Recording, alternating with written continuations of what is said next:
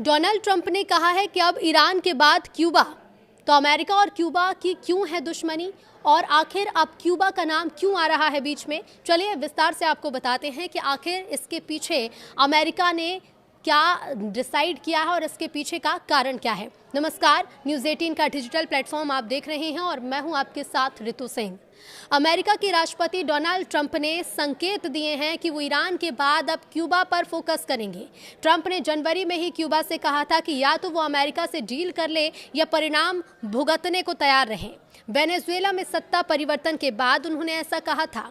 गुरुवार को white house में inter Miami football club team के स्वागत के दौरान मीडिया को संबोधित करते उन्होंने संकेत दिए कि पहले वेनेजुएला और फिर अब ईरान और उसके बाद क्यूबा में सत्ता परिवर्तन उनका अगला लक्ष्य है।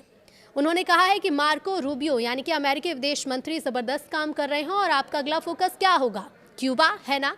तो उन्होंने कहा कि हम ये सब कुछ एक साथ कर सकते हैं, लेकिन जब एक साथ ढेर सारी चीजें की जाएं तो बुरे परिणाम सामने आते हैं। ट्रंप ने आगे कहा कि हम पहले ये यानी कि ईरान वॉर खत्म करना चाहते हैं, लेकिन बस ये वक्त की बात है जब आप जैसे लोग क्यूबा वापस जाएं। उम्मीद करता हूं कि रहने के लिए नहीं, बस घूमने के लिए। हम क्यूबा को इतना प्यारा भी नहीं बनाने वाले कि आप वहीं बस जाएं, लेकिन हाँ, कुछ लोग क्यूबा जाकर जरूर बसना चाहते हैं। ट्रंप ने आगे क्या कहा? ट्रंप ने कहा कि क्यूबा हमसे डील करने को बहुत उत्सुक है। तो बता दें आपको कि जनवरी में ट्रंप ने कहा था कि क्यूबा के लिए वेनेजुएला से तेल और पैसे की आमद का जारी रहना बंद हो जाएगा। तब क्यूबा के राष्ट्रपति मिगेल डियाज कनेल ने जवाब में कहा कि कोई हमें ये नहीं बताएगा कि हम क्या करें। वहीं क्यूबाई विदेश मंत्री ने कहा था कि उनके देश को बिना किसी दखल के ईंधन आयात करने का पूरा अधिकार है। 3 जनवरी को वेनेजुएला की राजधानी काराकास में हमले, अमेरिकी ऑपरेशन में वेनेजुएला के नेता निकोलस मादुरो को पकड़ने के बाद से ट्रंप की नजरें जिन देशों पर है उन देशों में क्यूबा भी शामिल है। माना यह जाता है कि क्यूबा का पुराना दोस्त वेनेजुएला हर दिन क्यूबा को करीब 35,000 बैरल तेल भेजता था। अमेरिका और क्यूबा के बीच जुबानी जंग भी तभी से लगातार जारी है। ट्रंप प्रशासन की मंजूरी से वेनेजुएला के तेल टैंकर्स को जब्त करने की रणनीति से क्यूबा में पहले से खराब ईंधन और बिजली के हालात और बिगड़ने लगे हैं।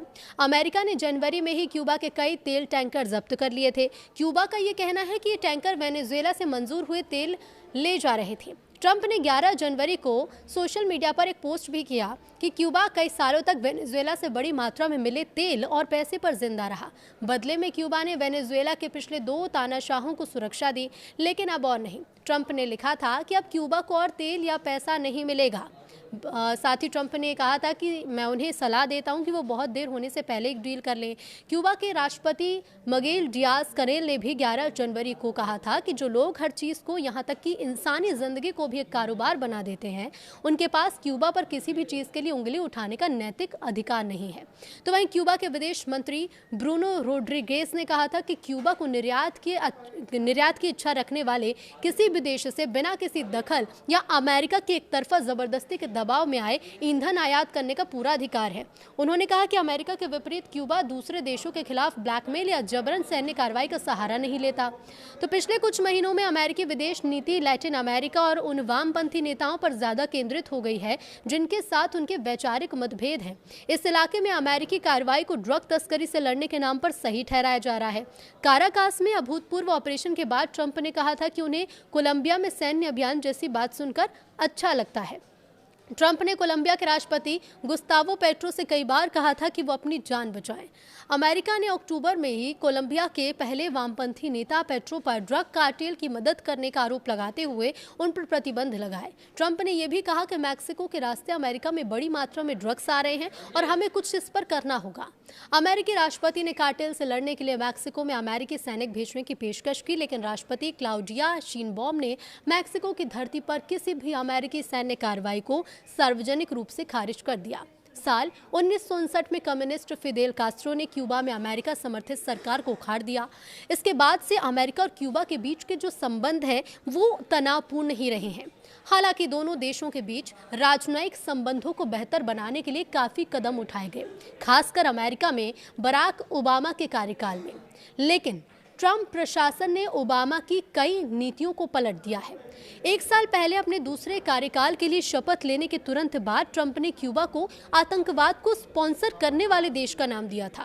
क्यूबा के राष्ट्रपति मिगेल डियाज कनेल ने एक सोशल मीडिया पोस्ट में लिखा कि जो लोग हमारे गंभीर आर्थिक संकट के लिए हमारी क्रांति को दोष देते हैं, उन्हें शर्म से अपनी जुबान बंद कर लेनी चाहिए, क्योंकि वो ये जानते हैं और मानते हैं कि उन सख्त दम घोटने वाले उपायों का नतीजा है जो अमेरिका ने 6 दशकों से हम पर लगाया है और अब इसे और भी आगे बढ़ाने की धमकी दे रहा है। उन्होंने ये भी कहा कि जो लोग आज हमारे देश के खिलाफ उन्माद में शोर मचा रहे हैं, वो लोगों के अपने राजनीतिक मॉडल को चुनने के संप्रभु फैसले पर गुस्से के कारण ऐसा कर रहे हैं। लेकिन क्या आपको पता है कि अमेरिका और क्यूबा की दुश्मनी आखिर शुरू कब हुई? तो जवाहरलाल नेहरू यूनिवर्सिटी में स्कूल ऑफ इंटरनेशनल स्टडीज़ के प्रोफेसर ये कहते हैं कि अमेरिका की नज़र हमेशा से पश्चिमी गोलार्ध वाले देशों पर रही है। अमेरिका ये चाहता है कि इन देशों में किसी और का दखल ना बढ़े, लेकिन क्यूबा के संबंध रूस और चीन से काफ़ी अच्छे हैं। अब ये बात अमेरिका को रास नहीं आ रही। ट्रंप को रूस बड़ा खतरा नहीं लगता। वर्तमान में वो चीन से ज़्यादा खतरा महसूस करते हैं और वो चीन के प्रभाव को पश्चिमी गोलार्ध से खत्म करना चाहते हैं। यानी कि चीन की जहाँ जहाँ नज़र है, खास तौर पर क्यूबा या फिर पश्चिमी गोलार्ध वाले देशों पर, वहाँ पर ट्रंप चाहते हैं कि वहाँ से चीन की दखल कम हो जाए या पूरी तरह खत्म हो जाए। अब डोनाल्ड ट्रंप अमेरिका के इकलौते राष्ट्रपति नहीं हैं जो क्यूबा पर सख्त हो रहे हैं। क्यूबा और अमेरिका के बीच की दुश्मनी कई दशकों पुरानी है। 1898 में अमेरिका ने स्पेन को हटाया। इसके बाद स्पेन ने क्यूबा पर अपने सभी दावों को छोड़ दिया और इसे अमेरिका को सौंप दिया। साल 1902 में क्यूबा स्वतंत्र हुआ और टॉमस एस्ट्राडा पाल्मा इसके पहले राष्ट्रपति बने, लेकिन फ्लैट संशोधन के कारण द्वीप अमेरिकी संरक्षण में रहा और इसके तहत अमेरिका को क्यूबाई मामलों में हस्तक्षेप करने का अधिकार मिला। कुछ सालों बाद की अगर बात करें तो यहाँ एस्ट्राडा ने इस्तीफा दे दिया और होजे मिगुएल गोमेज के नेतृत्व में हुए विद्रोह के बाद यहाँ अमेरिका ने क्यूबा पर कब्जा कर लिया। अमेरिका की निगरानी में साल 1909 में चुनाव हुए। होजे मिगुएल गोमेज राष्ट्रपति बने, लेकिन जल्द ही भ्रष्टाचार के आरोपों से वो घिर गए। 1912 में नस्लीय भेदभाव के खिलाफ ब्लैक लोगों के विरोध प्रदर्शन को दबाने में मदद के लिए अमेरिकी सेना फिर से क्यूबा लौटी। 1933 में क्यूबा की सेना के अफसर फुलगेंसियो बतिस्ता के नेतृत्व में तख्ता पलट हुआ और जेरार्डो मचाडो को सत्ता से हटा दिया गया। 1953 में फिदेल कास्ट्रो ने बतिस्ता शासन के खिलाफ विद्रोह का नेतृत्व किया जो असफल हुआ। काउंसिल ऑफ फॉरेन रिलेशंस की रिपोर्ट बताती है कि अमेरिका और क्यूबा में दुश्मनी की गहरी नींव साल 1960 में पड़ी। तब फिदेल कास्ट्रो ने अमेरिका के समर्थन वाली सरकार को क्यूबा से हटाया। शुरू में अमेरिका ने नई सरकार को मान लिया, लेकिन जब क्यूबा ने अमेरिका के धुर विरोधी सोवियत संघ से नजदीकियां बढ़ाई और व्यापार शुरू किया तो अमेरिका नाराज हो गया। क्यूबा ने अमेरिकी कंपनियों की संपत्ति अपने कब्जे में ली और अमेरिकी सामान पर ज्यादा टैक्स लगाया।